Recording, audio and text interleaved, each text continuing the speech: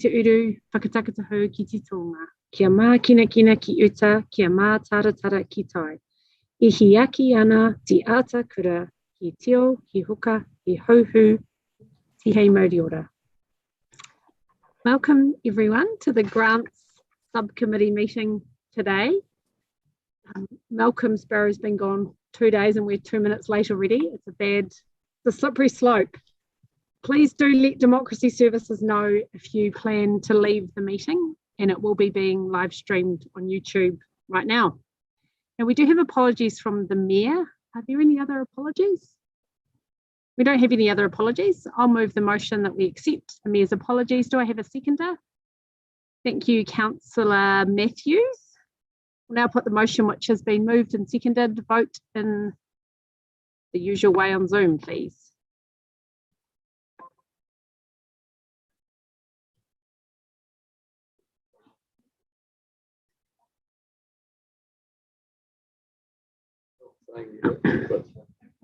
Yes. Okay, well, that's carried. That's carried unanimously. Thanks, everybody. Does anyone have any conflict of interest declarations? All right, we'll move on to the confirmation of the minutes from the previous meeting then. I move that we approve the minutes of the meeting held on 1 September 2021. They've been circulated. And that they be taken as read and confirmed as an accurate record of that meeting. Do I have a seconder? Councillor Jill Day. Thank you very much. All those in favour, please give it a green tick.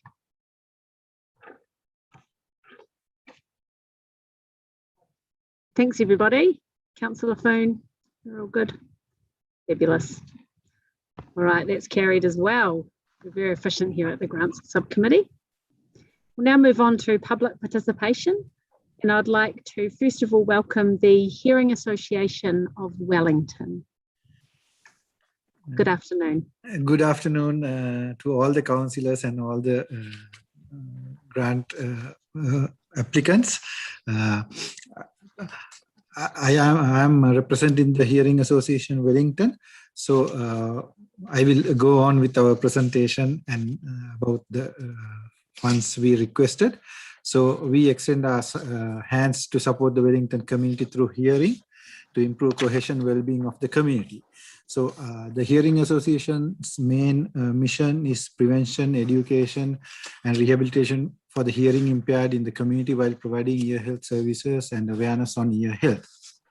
How we connect with the community is educating the community on dangers and consequences of hearing loss, prevention of hearing loss, advocate for the difficulties faced by deaf and hearing impaired, and our role spreads from awareness to care in the community related to hearing loss. Currently what we do in the community and in our premises is we support people who visits our center regarding hearing health and provide awareness to communities at various levels, like from mass levels, like fairs, and we participate for those things, and individuals and groups, and also supporting the homeless community in Wellington. So we are connecting with DCM, and we provide ear health services and hearing aids to the homeless people in the Wellington area. And we also support the retirement villages, the elderly people, well as we support wearing the staff of the retirement villages to support the elderly when it comes to hearing difficulties. And we also, unfortunately, we couldn't do the dangerous decibel program for the school children due to COVID issues 2020, but we are always trying to do it, and with the COVID restricting us, we are still a little bit back with that. And we advocate at various levels through the Hearing Association and the National Hearing Association. We try to advocate at various levels to get the support for the hearing impaired, and also to protect our younger generation and the communities of getting hearing issues in the future. So I have presented a list of justifications currently to the councillors, like why we talk about hearing and what are the issues currently, and yeah. So we applied for two funds through this social and recreational fund to the Wellington City Council. One is to improve hearing health of homeless people in Wellington. Currently we do that. From 2018 we are providing the service, but we want to make it more efficient and more supportive. So because what we currently use is our equipment and instruments and our resources, our staff, and sometimes volunteer, the nurses and the audiologists. So sometimes we face to difficulties in these situations, and I think to cover up that, still we are doing it. We will be continuing it in the future also somehow, but if we are supported with some funds to purchase some equipment and partially support the our staff or staff hired, it would be very grateful. So and we have our contributions, we have marked in that it's around $7,500, roughly $7,500, and we request around $24,500 for the grant. However, we will be accepting even lesser amounts because we are doing it even with difficulties. We will be continuing it because this is a marginalized community, and we know that it's we have to support the homeless people, and there's a lot of issues regarding their which creates issues because of their hearing difficulties. So we try our best to support them, and there are a lot of positive things happening. And I think if you go to DCM and site and all, you can see how hearing support has benefited some homeless people currently too. And the second fund request we applied for through this social and recreational funding is because every year we celebrate the world, and through WHO, and we celebrate the World Hearing Day, that is 3rd of March every year. And like we try to advocate and aware people all in every month of this March month. And we thought this time if we can get some grants to put messages on the Wellington City bus routes, few like take around 8 buses, and if we can put messages regarding hearing and hearing health, it would make a lot of people aware about it and think about it. So that's what our second request is. And it's through the Metlink, the bus, we got the quotations and all. So it cost around 15,200. So however, we will be planning to do this also if we get some support from the Wellington City Council. So last not least, I have to tell again, last year also I mentioned this: blindness separates you from things, but deafness separates you from people. One person can make a difference. That's what Helen Keller, who was the first degree holder who was deaf and blind, mentioned. So I would like to, on behalf of the Hearing Association Wellington, thank you for hearing the Hearing Association Wellington, and we expect that we would get support from the Wellington City Council to look after the community of Wellington about their hearing and promote cohesion and communication among the communities. Thank you very much. Thank you, Bodhika, for coming in. Now, we do have one question there from Councillor O'Neill. Thank you, Bodhika. I just had a question around what other support your service receives, if you get any support from the district health boards, or are you looking for council support and things like helping people access DCM, and what does that support look like that you provide? Yeah, is it regarding what support we get? The only support we get from outside, like continuous, is around 1,317 with GST dollars per month from the Ministry of Health for awareness purposes. Other than that, we in our hearing association, we have a fundraising part as like earwax removals, and time to time we support like Whitakers for hearing test, where we charge a less amount than the other, like the business community, but we provide it for through that we generate funds to maintain the association, well as provide support. Other than that, we apply for grants. So time to time we receive grants, and through that also we support the communities.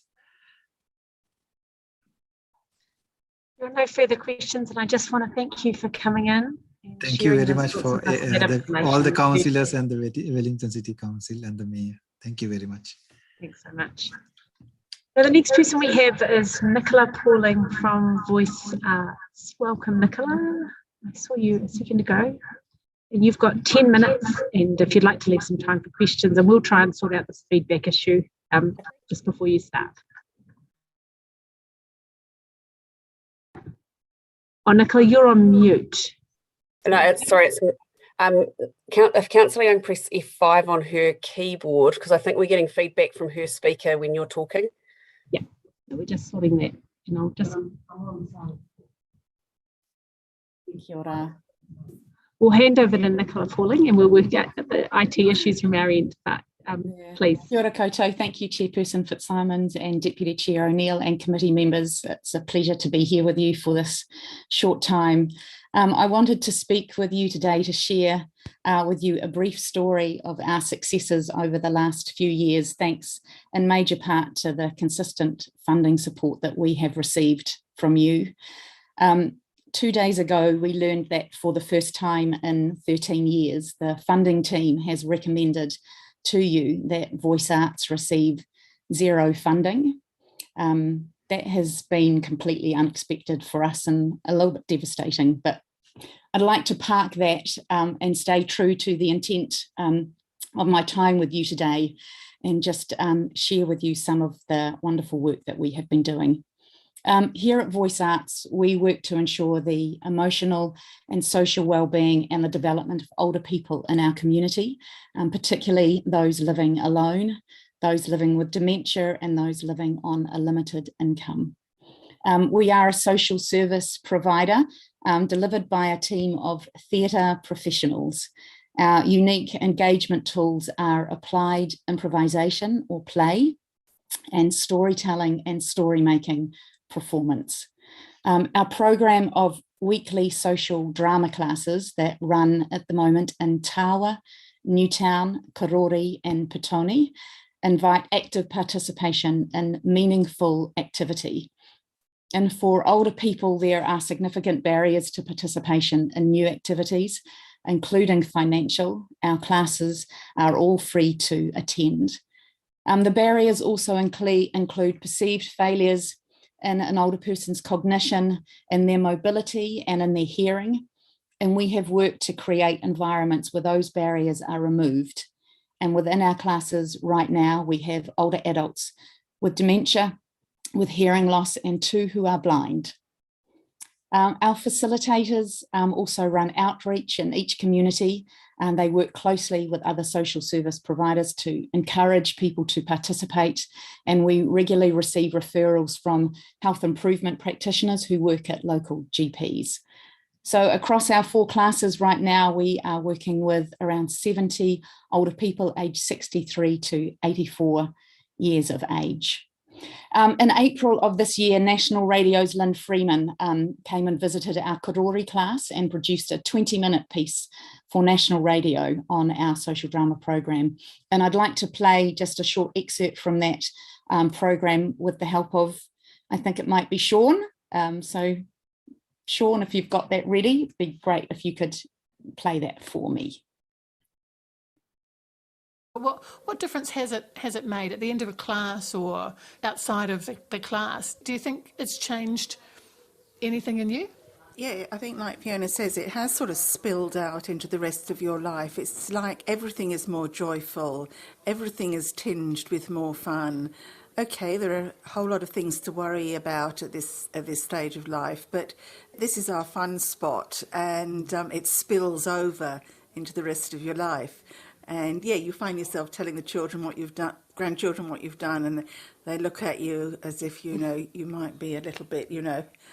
But it's great. It's great. Hilary often talks about imagination, but for me, what this class has done has sparked off memories, which I have told my grandchildren. But because I've often told the story here, I tinker with the memories a little bit for them and craft it more into a story, I think, probably. I think that's the thing I've got most out of it, is that like one of the things we're going to do next is a script that we wrote last week. Now, I'm not of the generation that wrote scripts at school. So that was great to be able to share that with people.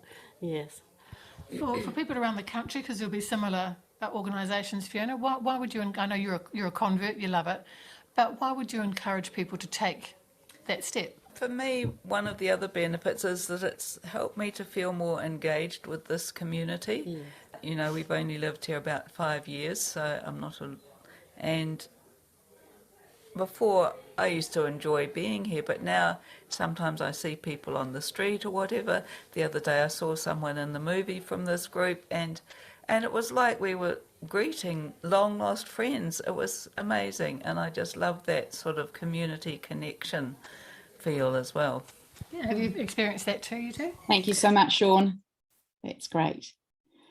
I was due to be presenting here today with a woman called Bev, who is a member of our Tower class. She's a woman in her 70s who lives alone. She's widowed in a social housing flat. And she was going to come and speak to you directly about her experience of the class. But once we discovered the position that we're in, I felt it best not to bring her along. But I did just want to share one quote from an evaluation that was done on our Tower class recently from one woman who said, "I have short-term memory loss and it's definitely getting worse, and this is helping me. Here I can be myself. It's a safe place to come, and it's also a place of happiness. We do a lot of very, very funny things and things that I would never have thought that I could do in my life." In the application that you are considering today, we asked for $38,000. It is the most that we have asked for over the years. My understanding from speaking to the funding team is that they were unable to give that full amount and thought that if they couldn't, that the program wouldn't go ahead, so that it was best to give a zero-sum figure instead. But like so many other community-facing charities, we put in an application that would have allowed us to work over the next 12 months in a way that would have been comfortable. But we are also particularly skilled. We would have gratefully received half of that funding, even a third of it, and we would have stretched every single dollar to make the program work and continue delivering to the people that we know get so much from it. Finally, I just wanted to add, ironically, 2 months ago, Voice Arts received a considerable chunk of funding from the Ministry of Culture and Heritage to do this work.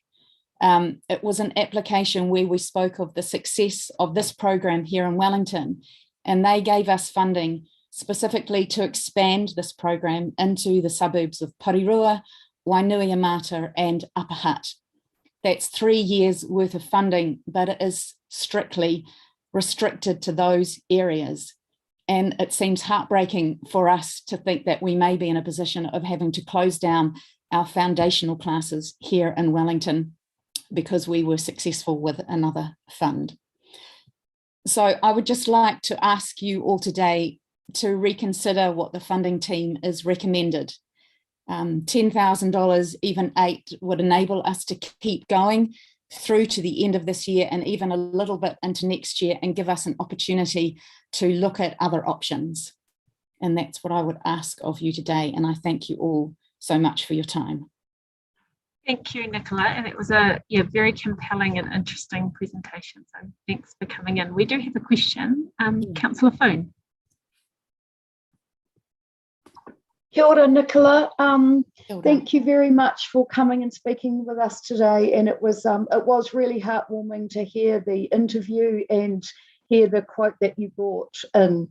My question is around just how long have you been working with the Wellington City Council, and how regularly have you been receiving funding? Yeah. And is there a normal amount that you ask for?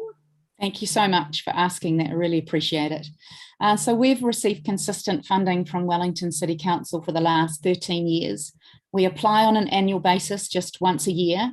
And I think that it's been as little as 8,000.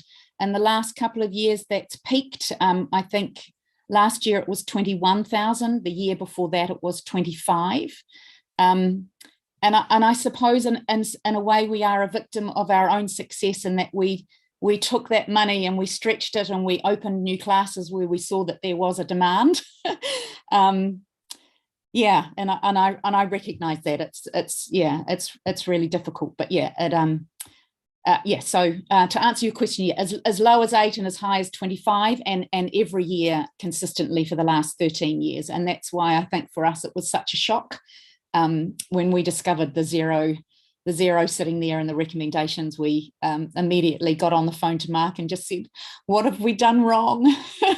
And he was fabulous and was able to reassure us, like I said, that it was, they had some assumption that the Ministry of Culture and Heritage funding might enable these classes to continue. They hadn't realised that it was so fixed. And that, they also had some concerns about not being able to give the full 38, and thinking that if they couldn't, then, so. Thanks, Nicola. We have actually run out of time, yes, but thank you so much for coming in. It was really appreciate it. Thank you so much, everyone. Appreciate your time. Have a lovely afternoon. Thank you. I'd now like to invite Leah Thomas to speak to us from Pornicky Classical and Long Cloud Theatre. So you have 10 minutes, and feel free to allow some time for questions within that 10 minutes if you'd like to. Kia ora, everyone. Thank you for giving us the time to talk to you today. Ko Lea toku ingoa, and this is Ben. And as Fleur said, I'm the director of Pornicky Classical Sessions, and Ben's the director of Long Cloud Youth Theatre. So our application under this round of funding is for a project that will be staged at the end of November, and it's a collaboration between our two groups. So they're both youth artistic organisations. Pornicky Classical Sessions is about providing accessible spaces for young classical musicians, and Long Cloud Youth Theatre. Kia ora, I'm Ben. Long Cloud is a training platform for young actors, but we're more interested in training like artist voice rather than like acting craft. But we do both, and so we've been running since 2005, and I took over the directorship at the start of this year, and this is the third project we're doing this year. Yeah, so this project, I think we had a working title when we submitted this about a month and a half ago, and it's different now. It's called Running into the Sun, and it's a devised theatre piece with composed classical music. So the composer, Nico, he's currently at the New Zealand School of Music, and he's writing musical sort of blocks and themes that a group of young musicians will be improvising and bringing to life alongside the devised work of the actors. So it's quite experimental, and the reason that we decided to make a project like this is that it falls outside of the training we're usually provided. So both me and Ben are recent graduates. I graduated from the New Zealand School of Music. And I graduated from Toi Whakaari, the New Zealand Drama School. And this kind of project and the interdisciplinary work is not something that's often provided during our training. And so we wanted to do a project that would create a professional space for other young people to flesh out those skills. And I guess the real juice of this project that we're making is allowing the core question around it is like young artists looking to the future and what is our vision of the future, and then and trying to let people in on that in an emotional way rather than like a manifesto kind of way. And it's an important, I think it's an important thing because like all of the questions that the young people in the company we have who are at the moment aged like 18 to 24 are wondering if they can make careers in the arts at the moment, and wondering if why are they being artists. Like that's all the big questions at the moment through all of COVID. And so really what this project is about for that purpose is like seeing them as artists, not just as an actor or a musician, and being like, how can we make a practice as artists that is like, what's the word, sustainable for a career, and yeah, investigating those kind of questions, as well as questions of what do we see for the world in a bigger scale, like, you know. So this is a very process-based project, and it's about upskilling everybody involved rather than just focusing on creating one piece of work. So we have brought in lots of practitioners who are developing everybody's skills along the way, and it's through the cross-discipline work that we're hoping everybody will gain like a new skill set from the project. We also thought we didn't include this in our submission because even though it was locked down, we thought it would probably have cleared up a bit more than it has, but we do have a contingency should the alert level change mean that we can't stage it in person, and that's presenting it as an audio project. Do you want to? Yeah, so with the last project that we did as Longcloud was supposed to be on at BAT, it was called Bridges, working with a bunch of writers. And it didn't happen because of the lockdown, but we managed to transition it into an online experimental. It was 6 short pieces, and we just made 6 short online pieces in different forms. Like one was an audio play, and one was like a Zoom reading of the script, and another one was like a reimagining short film. And but it was really difficult. Clunky transition, and it was because we were so product driven and we were just like running towards, like often with these shows, towards like, oh, we're going to get it on the stage. And so we're really trying to do with this is be like, make sure that each step of the process is satisfying in itself, so that we're creating something as artists that's not necessarily just about the 45-minute show that we put on at the end of it. And if we do need to change it down up the levels, then we'll go into something like using the writing that the actors have created and the music that the musicians have created, and making like some kind of album, and transitioning some of the costs into some recording costs from some of the people costs and spaces costs. Yeah. If you've got any questions, I'd love to hear them, I guess. Thanks, Leah and Ben. It was really interesting, and you've obviously thought very carefully about how it will work in different contexts, which is good to hear in this time. Does anyone have any questions for Leah or Ben? No, you must have dealt with everything so clearly, and thanks for coming in. And we'll look forward to seeing what happens and how it goes. So thanks very much. Nice to see you. Thanks, guys. Good luck for the rest of the Zoom. Cheers. Cool. We'll now move on to the Arts and Culture Fund, and I'll just welcome Mark, Sarah, Lisa, Scott. Oh, I'm so sorry, Stephen Opie, are you here? Hey, Stephen, sorry about that. It's okay, no problem. Can you hear me okay? We can. Excellent. And you've got 10 minutes, and we're very pleased to see you. And if you'd like to leave any time for questions within that 10 minutes, feel free to. Yes, I'll try my best, but I tend to ramble on because I'm passionate about this stuff. So I'll do my best to stop in time. But kia ora, everybody. Thank you so much for your time. Really appreciate being able to speak to you this afternoon.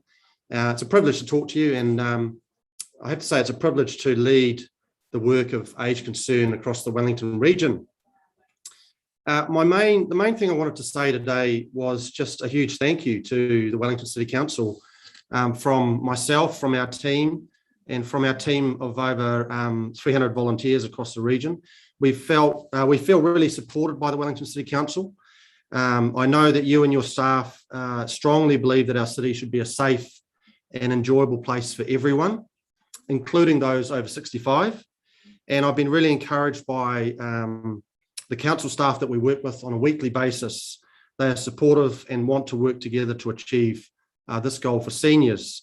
So to us, we see the Wellington City Council as more than just a funder, but a partner in this work. And we've just finished our AGM, and I mentioned that together we can achieve a lot more than we can on our own. So just wanted to say a big thank you from Age Concern to the City Council. Last year, you granted us some money from the COVID Relief Fund.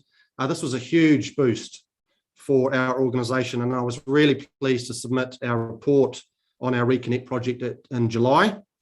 We were proud of what we were able to achieve, and I just wanted to share a couple of really quick stories with you, if that's okay. So I think Sean's going to put up a picture on the screen.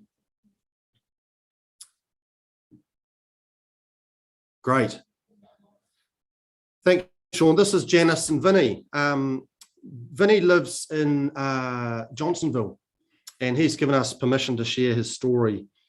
His wife passed away a couple of years ago, and he was feeling pretty lonely, so he was referred to the visitor service that we have, and we matched him up with Janice, a volunteer, and they get on. They're best mates. They really are best mates. They say that they're like family. Janice says it's almost like they've never not been friends, and Vinny reckons that he's like Janice's favourite uncle.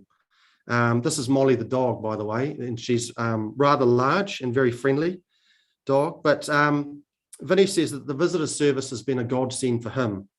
He has family, but they're not in Wellington region. They're quite far away. So for him to have somebody to talk to like Janice is just, as he said, it's been a godsend. The wonderful thing about this particular service and all our programs is that they benefit not just the older person, but the volunteer as well. So our volunteers often report how much they get out of helping their client. Janice reckons that Vinny is a good medicine for her as well. So it's very much a mutually beneficial friendship. So we've got 57 clients like Vinny across Wellington City who we've matched with volunteers. And I think in the last 12 months leading up to the end of June, we matched 30 clients across the Wellington City area. So that's a really successful service. If we go to the next slide, I've just got a couple of shots from our Connect program. This was something that we launched last year. Thanks to the grant that we got from the City Council, we launched 3 community hubs, one in Linden, Seatoun and Vogelmorn. The one on the left, the picture on the left there is at Vogelmorn, which was the last one that we started up. And that was, we had a visit that day from the canine therapy dogs. Each event we have a visit from a different organisation, or we might have a singer or a community group come along and just share more about what they do. And so the canine therapy dogs were obviously an extremely popular visitor to our hubs.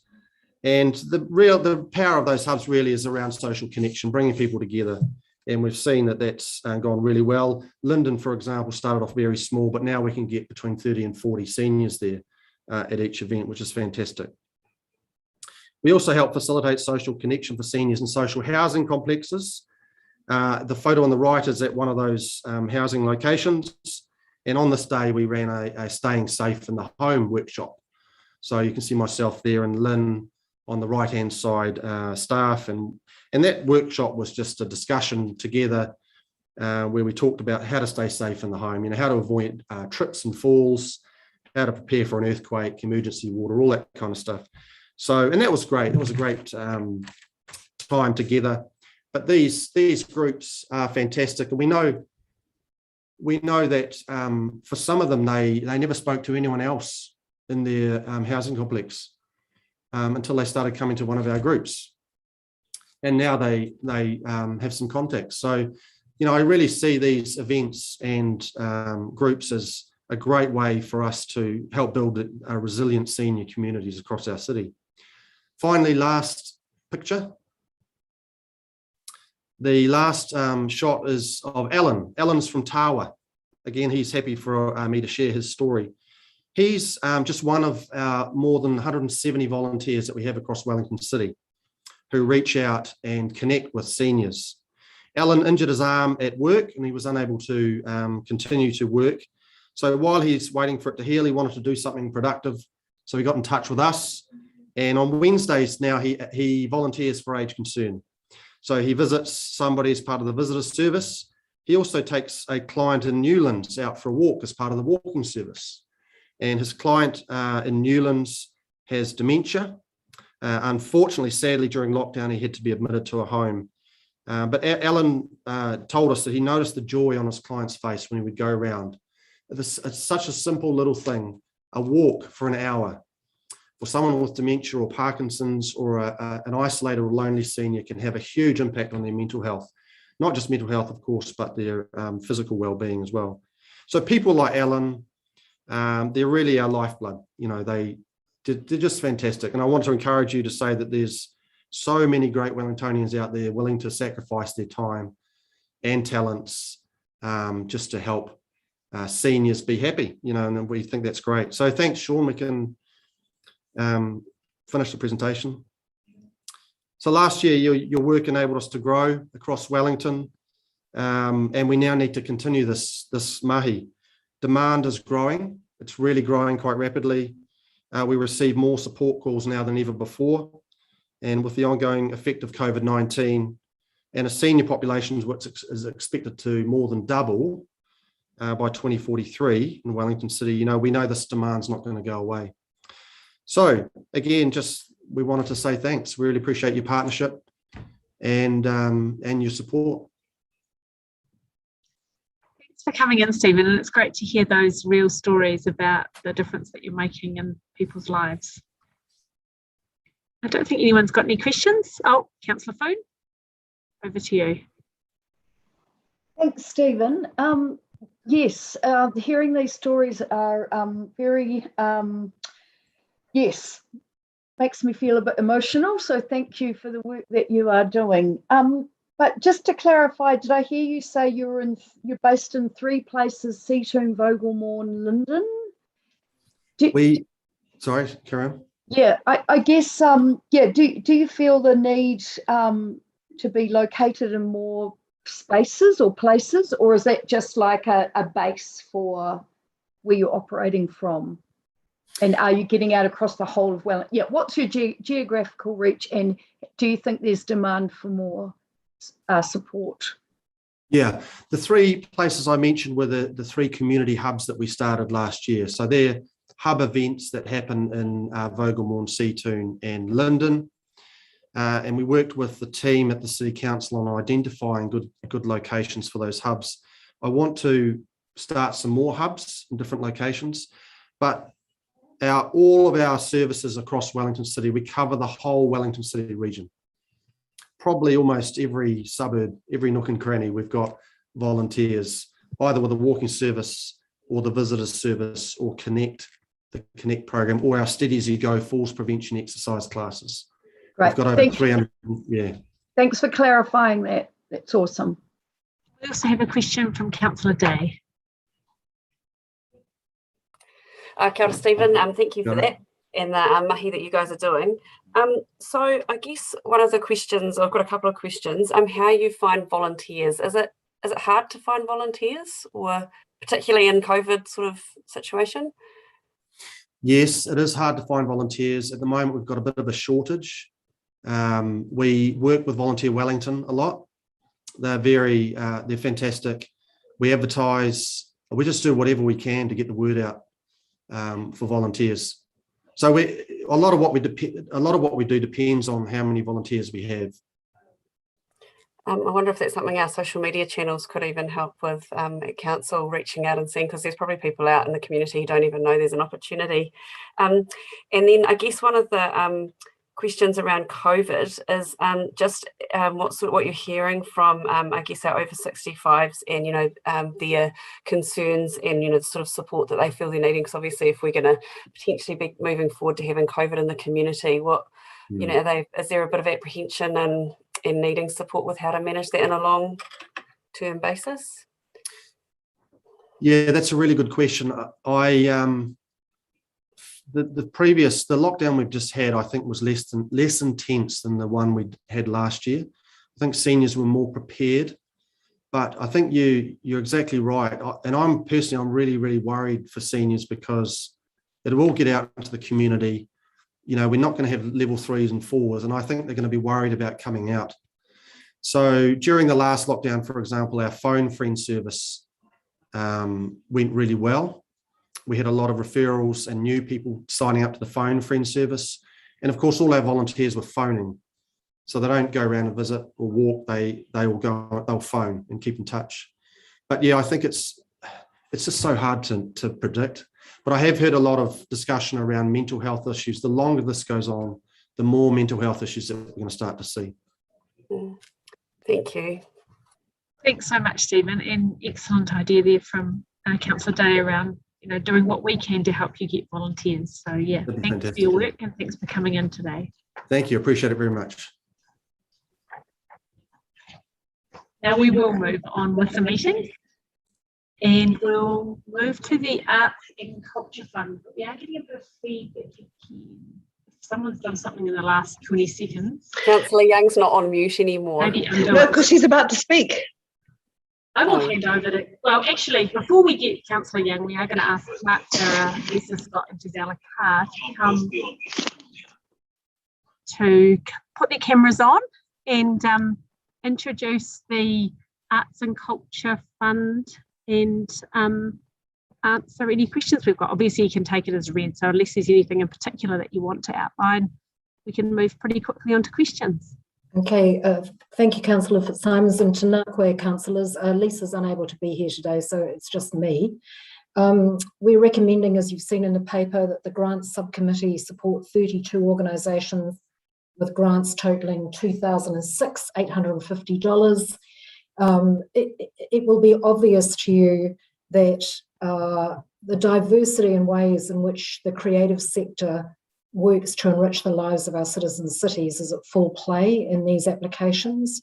They're relatively modest demands, and I think I'd like to highlight, I guess, the entrepreneurship of the sector in the face of the ongoing stresses and strains of COVID, which is making it so difficult for so many of these organisations and individuals to operate.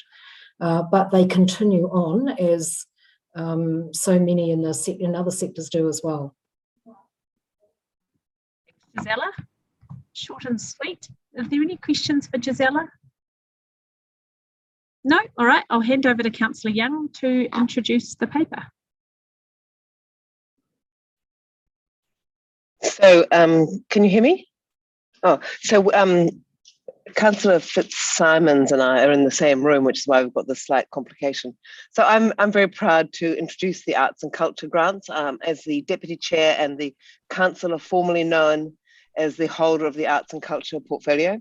As Gisela has said, we do support a wide range of arts and cultural activities, and this is part of our support for Wellington's, the maintaining of Wellington's reputation as being an innovative, creative and inclusive city. And if you look through, you'll see that's absolutely borne out by the various grants. A couple of things I'd like to say. First of all, I would like to implore councillors and all Wellingtonians to attend events. As councillors, we're very lucky. We get invited to many of the things that we help fund. So please do go. But if you accept tickets, make sure you turn up. It's a little bugbear of mine. And there are a few things here I'd just like to highlight. I mean, I just saw the Peter Mccreavy exhibition. Well, Peter Mccreavy was the man who really made New Zealanders aware of our own contemporary art. And he was a complete trailblazer.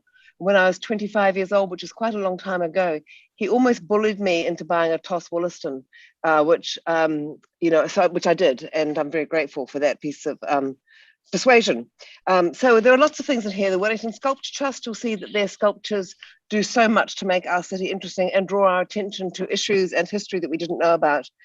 The Wellington Writers' Walk around the waterfront, where I have almost got a conflict of interest because one of them is my great uncle, Pat Lawler, but he died in 1976 or 78. So I think, and I don't have any particular interest other than he was fabulous and quite eccentric, no blood link. I'd also just like to say things like the Catherine Mansfield birthplace. There's a new biography of her coming out later on this year, which I think is going to paint her in rather different and slightly more salacious light. And then finally, I'd just like to say it's a pity that governments of all hues have never funded our free ambulance service. I think it is a blight on all governments, but thank goodness we have some very generous benefactors in Wellington, and I'm very glad that we can help contribute too. So I've just forgotten who is seconding this paper. Oh, it's Councillor Fitzsimons. Over to you, Fleur.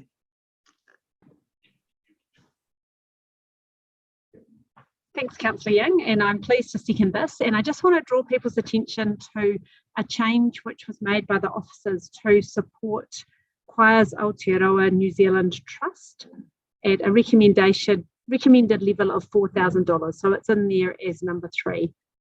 But yeah, I really just want to endorse the comments of Councillor Young and ask for your support for the wide range of interesting and at times challenging arts and culture funding recipients that we've got before us today.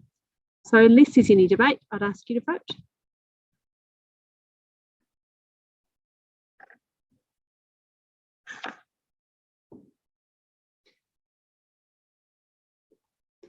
Councillor Phone, yes, great. Thanks everybody, that's unanimous. We will now move on to the Natural Environment Fund, and I'll welcome Mark Farrer back to introduce this report. You can take it as read and obviously address any questions that come up. Thanks, Mark. Kia ora, councillors. I'm just going to briefly introduce the paper. This is the Natural Environment Fund. This is a fund that totals just over $80,000 a year. So compared to some of the other funds, it's much smaller. So the recommendations that we're bringing to you today is to recommend funding for all the available funding this year. So this is supporting projects delivering to the criteria, and we work through a process with a range of officers in the Park Sport and Recreation team. We have a big meeting with all the rangers, and obviously part of what they're considering is where they manage funding around weeds and removal of weeds and those kind of things, and the budgets that they have as well. So there's a lot of work that goes on. Ilona Keenan is on the call as well, and is happy to answer any questions about anything of a botanical nature that I wouldn't be able to answer. So the recommendation is for 13 of the 14 applications with $50,785, which would be all the funding for this financial year. And everything else is set out in the paper. So happy to take any questions of councillors. Mark. We'll go to Councillor Phone first. Kia ora, Mark, thank you. I just had 2 questions. One was around just an explanation on the Paikawakawa site when it says that the sites need to be scaled down. So that was more just understanding what that was about. And then I think in 14, we're talking about chemicals. So I just wanted to get an understanding of the chemicals that we are using to manage the weeds if possible. And sorry, I know they might be of a botanical nature. Ilona, are you on the call? I wonder whether Ilona might be. In terms of the Paikawakawa one, I can comment on that because in the original proposal, there were quite a number of areas that they were proposing to address. And I think the rangers had a view that they needed to be much more focused around a smaller number of those areas to achieve a better outcome. So that was the commentary on that one. We do have Ilona on the call. Oh, Ilona's here. Yeah. Yeah. The other thing with Paikawakawa is that thanks to the ranger, we will be using operational funding to support Paikawakawa Reserve. And with the blackberry, we'll ensure, that was the question, Councillor Foon, around the blackberry chemical? Or yeah, I think so. Yeah. Just getting an understanding with the weed. I mean, it was lovely to see the weeds fund in there, and that's so exciting. But then also just wanting to understand how we are treating the weeds. But sure. Particularly, it was on number 14, I think. Sure. So with the weed control, we need to use contractors because they're all adequately trained. We try to use the least toxic chemicals that we can for the successful control. Okay, but no, do you know what type of chemicals we use? It will be, it does vary on each particular species. Okay, that's right. I'll take it offline. It's just my last year interest. Sure, I'm happy to answer any questions. Yeah, that'd be great. that. Thank you. Thanks, and now Councillor Day. Kia ora, having trouble with unmuting. So I'm just wanting to ask about number 12, Papataiao, which is a pretty amazing, fantastic program for our rangatahi. I am just trying to understand the last comments there around what council will do. So I'm just wondering if you can elaborate on what it means by council being a host organisation and the local organisations. I think there's probably some good information there to help us understand. So the proposal from Papataiao was really for this leadership program that they do in the high schools and other settings. And we noted that we did provide some support last year through the Social and Recreation Fund for their Growers of Wellington project. You might recall that we split the grant into 2 payments at the meeting. And this was more about like council being able to be a host for groups coming in and learning more about the work of council. But because of the amount of money that they were requesting and the commitment to the other priorities in the fund, it just felt that this wasn't such a high priority compared to the other ones. So happy to facilitate Papataiao and for officers to get involved in different ways. But we just prioritise other applications really in terms of the money. So do you feel that this one might have potentially fit a bit better in the social fund, or is that sort of? I mean, I think probably there's options to consider that. I mean, I don't know whether Jenny wants to talk to that. We could have a look at that offline after the meeting and have a discussion with Morgan and Jenny about that. That could be an option. Sorry, just struggling with the mute. Yes, I'd agree with you, Mark. Happy to look at that offline. Yeah. That would be great. Thank you. Councillor O'Neill. Thank you, Mark. Great sweater vest. I'm very jealous. My partai was around, we recommend in a couple of the bits of feedback to work with Ngāti Toa, but how does Wellington City Council assist a community group to kind of start that relationship up? If we're saying, you know, we're certain parts of the fund and in the Climate and Sustainability Fund, we're going to give priority to mana whenua or Māori-led projects. And this fund only has one project that comes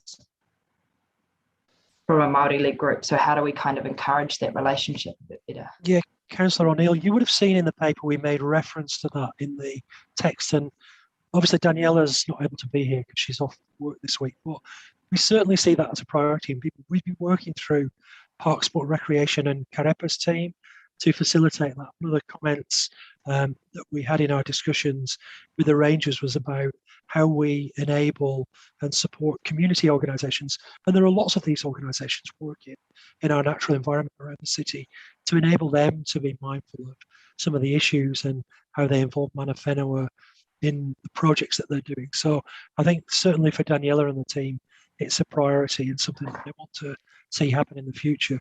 Karepa's building that team, so I think they're probably great opportunities to do that. Sorry, and just one other quick question. I'm not sure the appropriate place for this, but given we've got a new communications plan coming up for the climate and sustainability criteria, the grant, and that sort of looks at really heavily strengthening the relationships with Māori-led organisations. I was wondering if maybe you could pull in the natural environment grant to a bit of that work so that if we're engaging with new groups or starting new relationships, that they have visibility over other pools as well.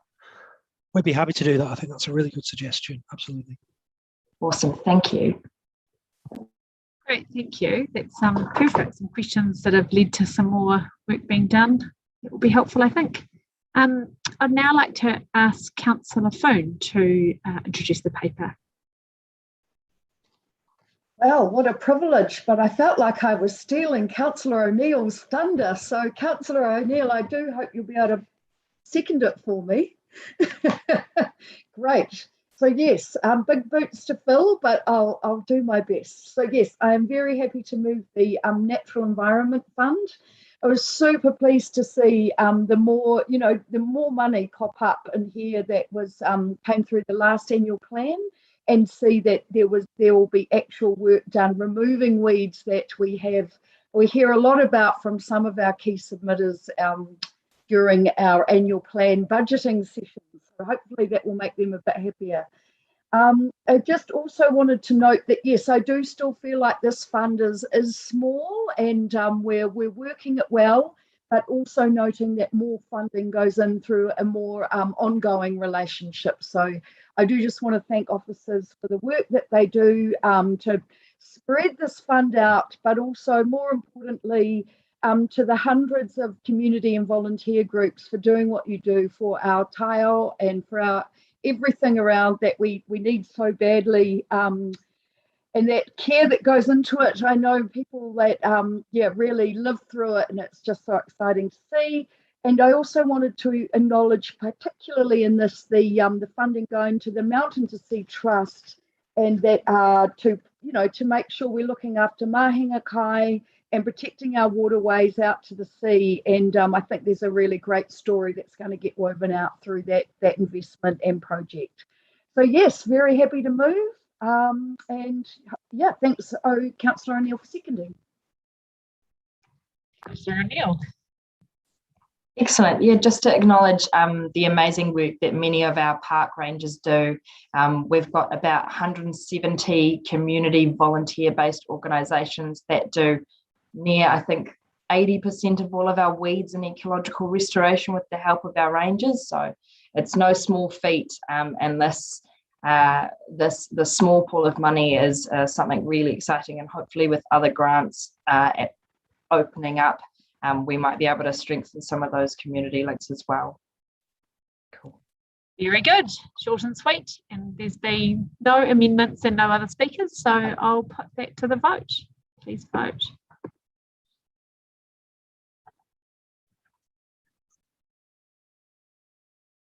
And that's carried unanimously. Thanks, everybody. So now moving on to the Social and Recreation Fund. Mark Farrett and Jenny Rains. Maybe if you want to just highlight any bits and pieces, and if there's any questions, we'll fire them away. Thank you, councillors. Look, just a very quick comment, just as others have, just to note that we have had some really great applications, and it has been a difficult and thoughtful process trying to make our recommendations. There were 40 applications requesting 950,000. We had 500,000 for the year, and we recommended allocation just over a third.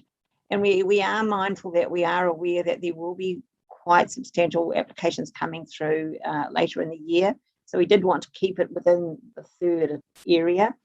But we also recognise that for some of our applications, it's really important to fund well, but also recognising there are some smaller organisations that do need support, and such as the Down Syndrome Social Club and the Riding for the Disabled. It's a small amount, but it's quite significant for the community.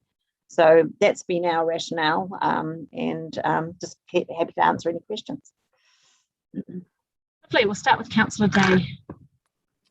Kia ora, thank you. I know how hard this is to juggle, just looking at the list and reading about all of these kaupapa. It's an incredibly hard job. So my question is about number 33 that we heard from this morning, and just wondering, what would be obviously you've said there's going to be a lot of demand coming, but what will happen if we decided to fund a little bit? How much is left in the fund after we've done? So we're funding just a little over a third. I haven't done my maths, but it is about 7,000 over a third, I think. Is that right, Mark?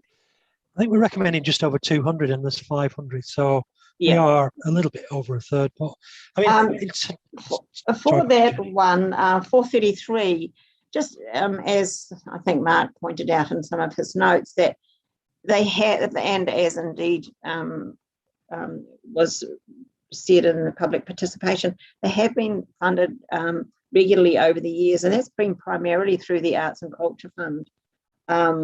between 5,000 and 6,000. Last year, they got supported through the COVID support, and the year before that, we did some extra work around supporting that particular cohort that they deliver to.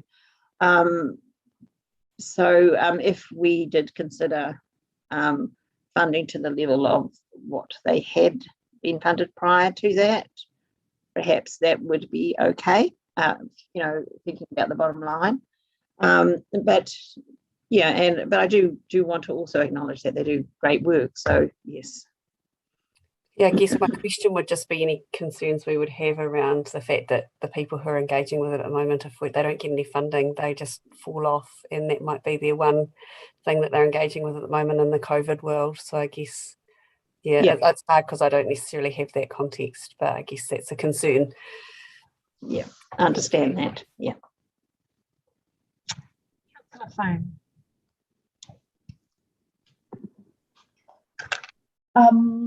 Yes, I would thank you, Councillor Day, for asking those questions, and would support you if you were considering something there.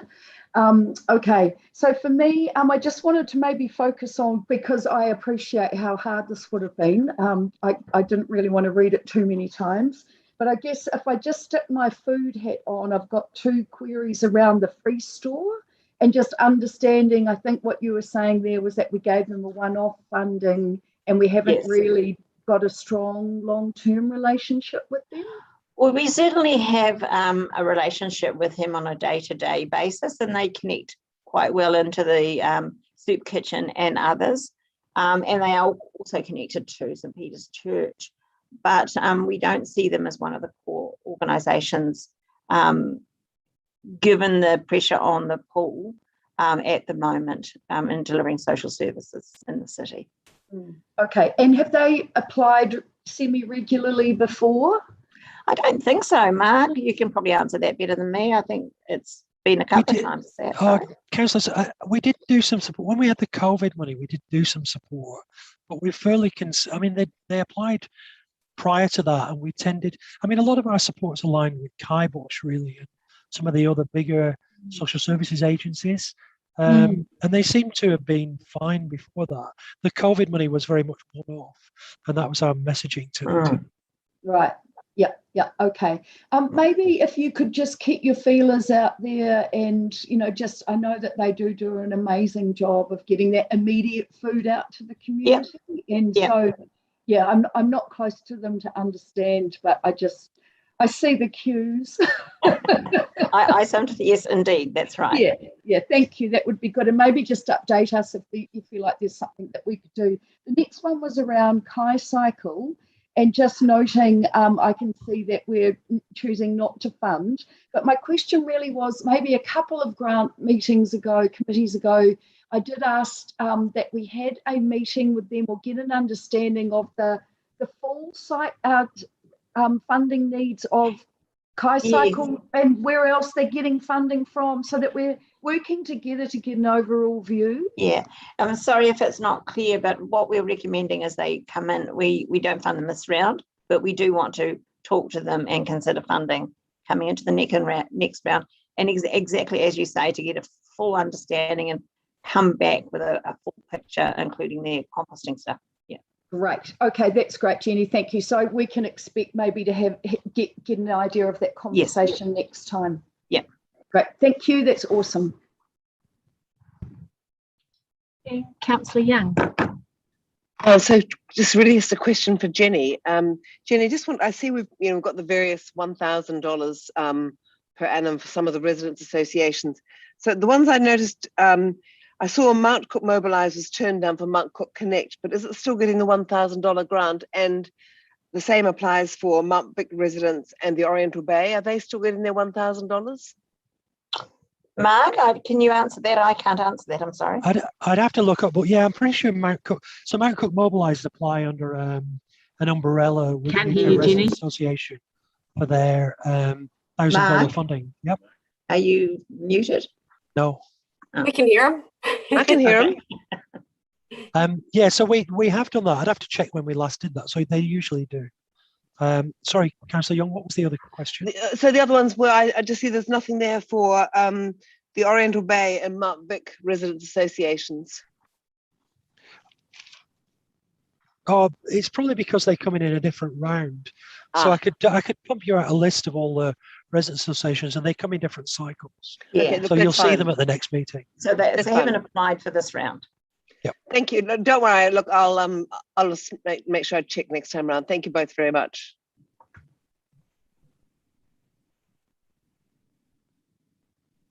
Excellent. So are there any further questions about the Social and Recreation Fund? No? All right. I'd like to ask Councillor O'Neill to introduce the paper. Yes, thank you. It's my pleasure. Sean, in the background, would we be able to get the paper just up on screen, noting the little amendment there that we've got in with officer support? Excellent, thank you. So really happy to introduce this paper. Particularly excited to see a whole range of fit for purpose community initiatives funded through this. Also acknowledging the immense amount of pressure, particularly with some support ramping up over COVID last year, and trying to be able to make sure that that is sustainable. Particularly, I just wanted to acknowledge the 10K for victim support groups, 12K there for Rainbow Youth, and it cited the Children and Young People policy, which is a really recent policy. So excellent to see that those priorities are coming through in our grants. And then the $35,000 for Wellington Women's Homeless Trust, which is another really significant number there. And just recently been able to visit that trust and see the extra beds added and how much of a large difference it will make to specific services like those. And then also just at the end of the paper, we're looking at bringing forward the 100K for the Sports Partnership Fund for the Wellington Tennis Incorporated, just to bring that forward in our own budgets. You'll note there in the red, just adding an extra recommendation or resolution for officers to investigate access barriers for disabled people when they engage with ending homelessness groups in Wellington. So that's to do with some of the correspondence we've received over the last week, just around concerns for people with particularly hearing issues and different hearing abilities to be able to access that. From my personal experience and chatting to a few other social workers in Wellington, they have flagged a noticeable absence from some of our deaf and hard of hearing community, particularly with the mask mandates in terms of accessing those support services. So this is just an extra one in there to direct officers to see what other evidence we've got out there and if we needed to direct some more support in that area. Cool, thank you, and hand back to Fleur. Oh, and I don't have a seconder. If somebody would like to, Rebecca? Thanks, Councillor Matthews. Would you like to speak? No, I'm happy. Thank you, everybody, for your work. And I understand Councillor Day might have an amendment coming. Yes, Councillor Day. Saying that I've got an amendment, I haven't typed anything because it's so complex when we're online, but I'm sure that Sean might be able to type up the words. So yeah, thank you, Councillor O'Neill, and thank you to the staff for the amazing mahi they're doing. It won't be any surprise that I want to suggest that we should give some funding to number 33, which is the one that we heard from the Voice Arts Trust today. So my recommendation would be that we fund Voice Arts Trust for $10,000. So I'm hoping you might be able to type that up, Sean, and add it. And even if with the leave of the meeting, if everybody's okay, then we probably don't need to do it as a separate amendment. But I will just quickly speak to why I think that's important. I think right at the moment, everyone knows that that, you know, we're all finding that COVID's challenging, but for people who are living on their own and feeling the stress of, you know, what's going on out in our communities, activities like this are really important. You know, when people are living with pain, memory loss, and just generally being lonely, going somewhere and being able to be playful and have a laugh is actually really important for people. So I think, you know, actually this organisation does an amazing job of doing amazing mahi off the smell of an oily rag, and I feel really awful actually only giving $10,000, but I guess it's in the context of the fact that we just don't have as much money as we need to be able to really make the difference that we always want to. And obviously last year we sort of felt like we'd hit the jackpot and we could give more money away as a result of our response to COVID. But it's meant that, and we kind of knew this was coming. I remember Councillor Fitzsimon saying, this is going to be tricky next time because we won't have the extra money and we're going to feel that stress. So, but I do want to thank the people who work with the Voice Arts Trust for the amazing mahi that they do in our community, and supporting people when life is a bit lonely and challenging. So hopefully this helps a little bit, and we're really grateful. Thank you. Councillor Matthews, is that you agreeing or wanting to speak to the amendment? I actually just wanted to get a tiny bit of officer advice about the amount, because I know that that while the group had more funding last year, that there were, they had a lower level in the previous years. So just wanted to check in with that. I agree with everything you said, Councillor David. Yeah. So, Councillor, I'm quite comfortable with that amount. I think that's okay. As I said previously, in the arts, it was 5 to 6. But given the work and the momentum that they've got and the amount left in the fund, I think that's actually pretty manageable. Yeah. Thank you. I'm happy to second that amendment, and I don't need to speak. Councillor Day spoke very well. So all those in favour, please press green, and the contrary, red.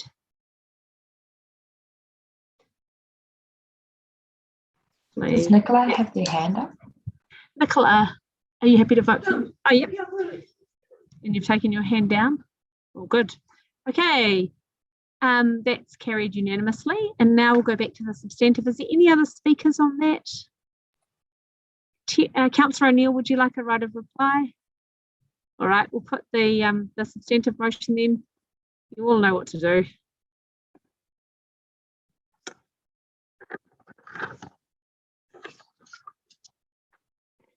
Thanks, everyone. That's carried unanimously as well. And now moving to our second to last agenda item, the Climate and Sustainability Fund criteria. I think we've got Peter Jones and Alison Howard here, or nearby to, oh yes, hi Alison. Hello.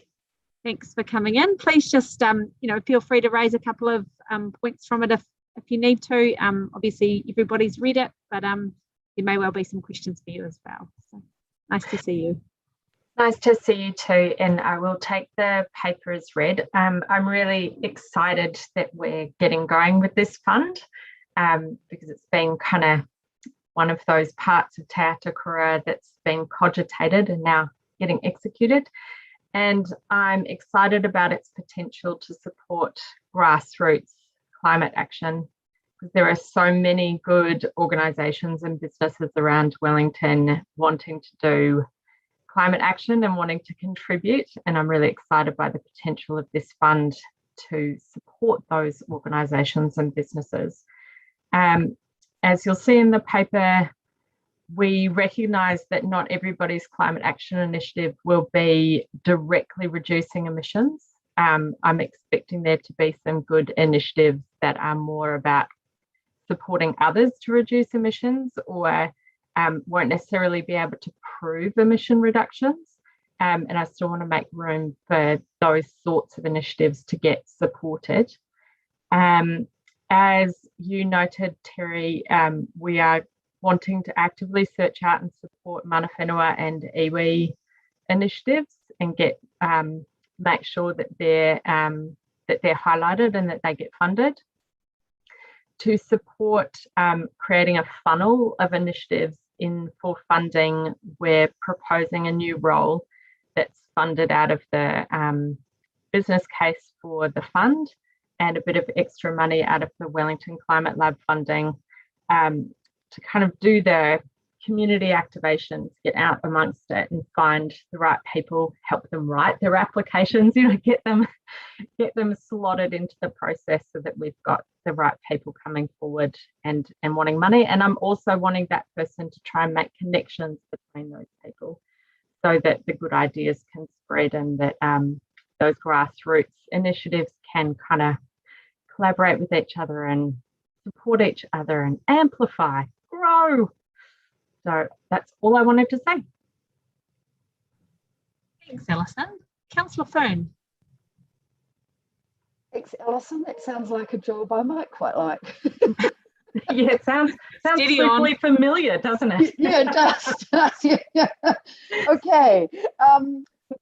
Sticking to the day job I have. This is actually a question from Councillor Pannett. That I don't know if she's still on this committee, isn't she? Did she get juggled off? Okay. Anyway, I've just received this. I beg your pardon? It's all right. Okay. Carry on. Basically, she's asking about the wondering if we could prioritise applications that have an impact on emissions in the next 10 years. So really focusing on the 2030 goal. Do you have any thoughts on that? And do you feel like that's covered? Or do you think we could make an emphasis in that area, given that you've just talked about the advocacy groups also? We could definitely strengthen that. That's certainly my intention. Would it also be helpful for me to talk a bit about the Wellington Climate Lab? Yes. So I'm intending to bring a paper in November to Planning and Environment Committee, conscious that that the committee timetable is already getting a tad out of control. But so we've been doing a lot of design work on the Wellington Climate Lab, and the intention of that, I'm also thinking it needs a new name, because the intention of that is to find out what the barriers are that are stopping the execution of carbon reduction projects in Wellington and how to get those projects executed. So it's not about small startup ideas. We still want to fund things like the Climate Response Accelerator, because that will generate the new businesses that will deliver emissions in the 30s and 40s. But the focus of Climate Lab is going to be on the next 8 years. So how do we meet that 57% target that we set when we reviewed when we did the Tatakura update? So where is that going to come from? You know, like, how do we get that sense of urgency and scale? How do we get that stuff to happen? We've been working on setting this lab up for, I think, 3 years now. So we've done a lot of, before I started, stakeholder interviews across Wellington, and there are kind of partners in the wings who'd be happy to throw in effort, expertise and money into it as well. And the LTP funding has, I think, 2 million over 5 years for it. It's surprising how far that doesn't go once you hire 1 or 2 people that kind of, like, where's the money gone? So that's what we're kind of designing at the moment, is how do we do that?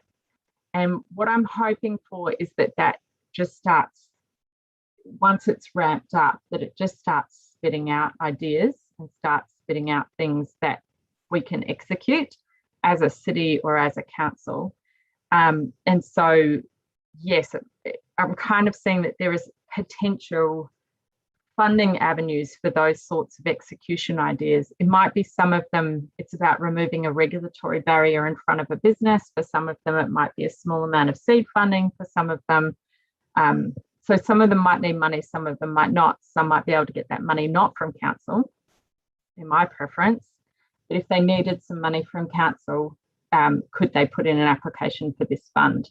So another kind of, but I'm not seeing this fund being the Climate Lab kind of delivery end. I'm seeing this fund very much as supporting grassroots activity, with the potential that something might spark out of the lab that might come to be funded from the fund. So I hope that kind of explains how that's all kind of working. I would say Wellington Climate Lab is still embryonic.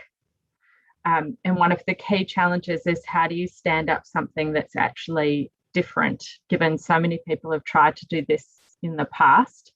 How do you create something in a way that's actually going to deliver results in an environment where so many have tried and failed, and the emergency is still an emergency.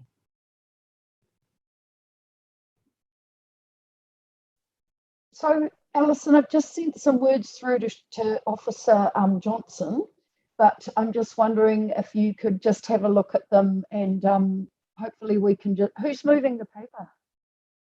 Okay. If you could just look at those, Alison, and just check that that's okay, that would be great. Cool. I'll just wait for Sean to send them to me. Really about focusing on those initiatives in the next 10 years, isn't it, Councillor Foon? And don't forget, this isn't the last chance to look at these criteria, so all we're doing is recommending them to another committee. So I'm certainly happy to include that, Alison. Sweet. Cool. All right. Thank you very much. Has anyone got any other questions? No? All right. I will move this paper, and I'll just very briefly speak, and there's a couple. Oh, no, we'll just include it. I'll include it.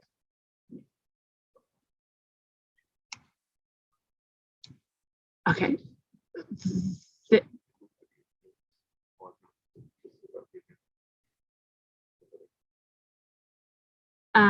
Councillor Foon, why don't you work on your words and send them through to to Officer Johnson, and I'll introduce it as without that, and we'll get to that later, and then maybe we can just keep going. Yeah, cool. I texted them through to Officer Johnson.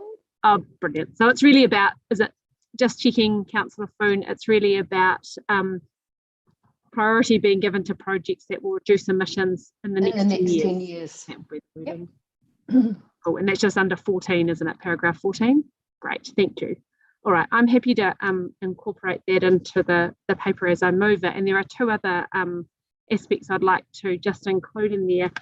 After some discussion with Councillor Paul and others, to suggest to the Planning and Environment Committee that we change the threshold for the Grants Committee to be involved in approving grants from 10,000 to approving all grants. And I'm particularly motivated to do that for a couple of reasons. First of all, when there's advocacy, funding of kind of advocacy or creating a climate, I actually think it's quite good for it to go through a thorough process with published papers and for people to be able to look at it. But also, I think it gives us an opportunity to showcase this work in a way that's kind of a little bit more public and able to be seen by people. So that's the recommendation around that. And finally, just another minor change to the substantive to make sure that we are involving the Environmental Reference Group in the Te Atakura Steering Group and the development of these, and just give them a bit of an opportunity to comment again before the Planning and Environment Committee.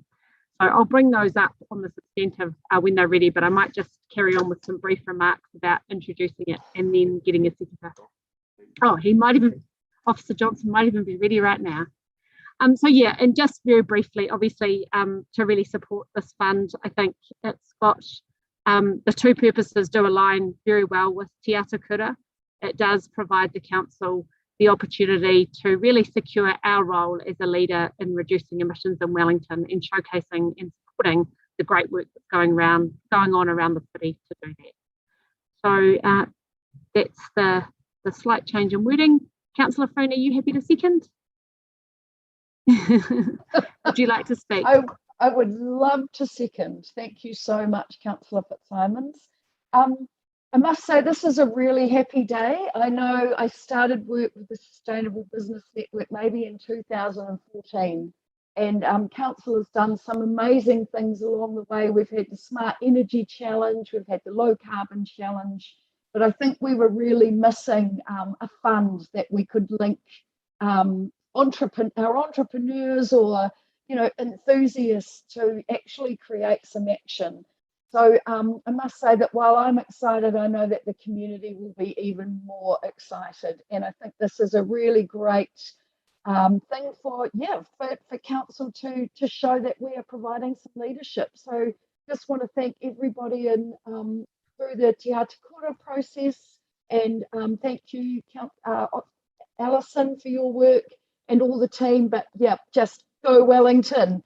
Help us meet that. How many % are we missing?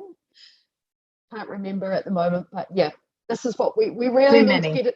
Yeah, we need to get it. We need help. So this is what this is all about. So thank you so much.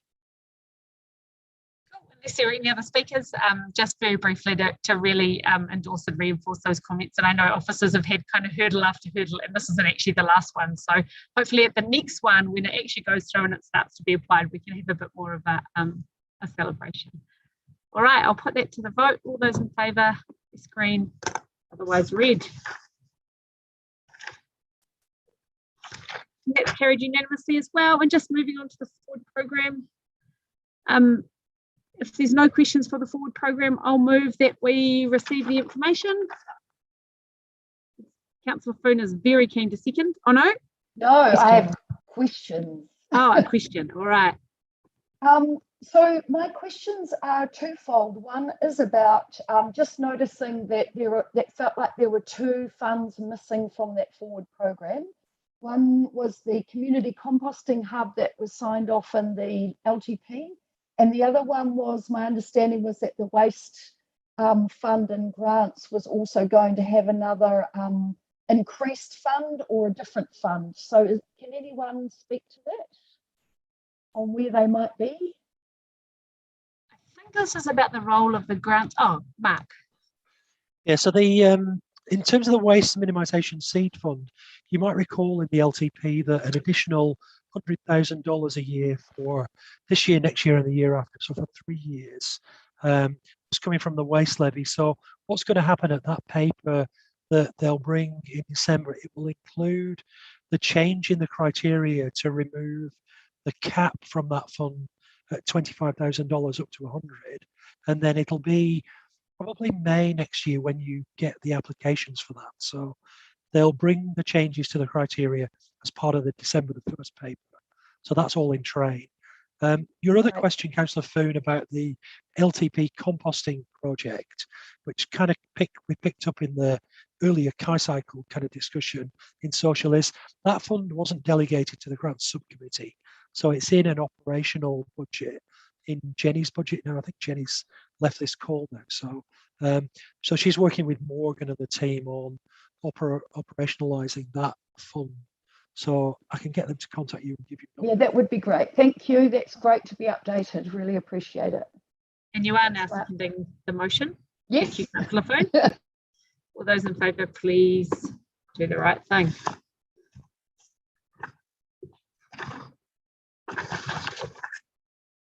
And that's carried. Thanks, everybody. I will now ask Councillor Day to do the closing karakia. Thank you.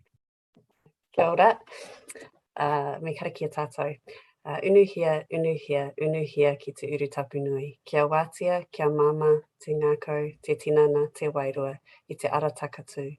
Koe ara e rongo, whakairia, ake ki runga, kia wātia, ai rā, kua wātia. Kia ora. It's been a big day for Councillor Matthews and O'Neill.